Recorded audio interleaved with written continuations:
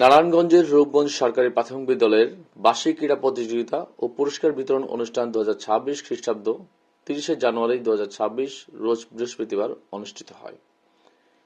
বিদ্যালয় প্রাঙ্গণে আয়োজিত এই অনুষ্ঠানে শিক্ষার্থীদের অংশগ্রহণে ছিল উৎসবমুখর পরিবেশ।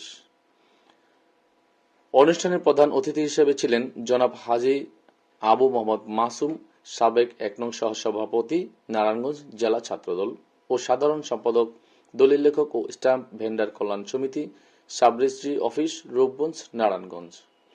অধ্যাপক জনাব হাবিবুর রহমান বাবুল, সভাপতি, রূপগঞ্জ ইউনিয়ন বিএনপি ও সভাপতি, দলিল লেখক ও স্ট্যাম্প ভেন্ডার কল্যাণ সমিতি, sub registry office, Rupganj, Narayanganj. বিশেষ অতিথি আলহাজ কে এম রহমতুল্লাহ, সাবেক সভাপতি, রূপগঞ্জ সরকারি প্রাথমিক বিদ্যালয় ও সাবেক সভাপতি কাজী আব্দুল হামিদ উচ্চ বিদ্যালয়। প্রধান অতিথি হাজী আবু মোহাম্মদ মাসুম তার বক্তব্যে তিনি বলেন, নিয়মিত পড়াশোনার পাশাপাশি খেলাধুলা শিক্ষার্থীদের শারীরিক ও মানসিক বিকাশে গুরুত্বপূর্ণ ভূমিকা রাখে।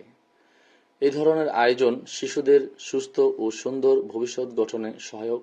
তাই ক্রীড়া চর্চার মাধ্যমে আগামী প্রজন্মকে সুস্থ ও যোগ্য নাগরিক হিসেবে গড়ে তুলতে হবে।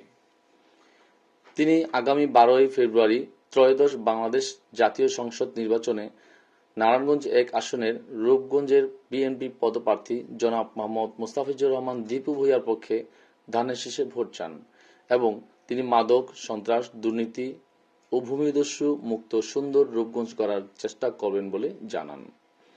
আগামী 12 তারিখে জাতীয় সংসদ নির্বাচন, আপনারা সবাই আগামী 12 তারিখে ভোট দিতে সবাই আসবেন এবং আমাদের দল বাংলাদেশ জাতীয়তাবাদী দল প্রতীক ধানের শীষ এবং আমাদের নেতা মোস্তাফিজুর রহমান ভূঁইয়া দীপু ভাইকে ধানের শীষে একটা ভোট দিবেন। আমরা চেষ্টা করব আগামী দিনে মোস্তাফিজুর রহমান ভূঁইয়া দীপু ভাইয়ের নেতৃত্বে আমাদের এই রূপগঞ্জটাকে সন্ত্রাস মুক্ত, মাদক মুক্ত, দুর্নীতি মুক্ত, ভূমিদস্যুতা মুক্ত একটা সুন্দর রূপগঞ্জ করার জন্য। যাই হোক, সবাইকে আসসালামু আলাইকুম ওয়া রাহমাতুল্লাহি ওয়া বারাকাতুহু।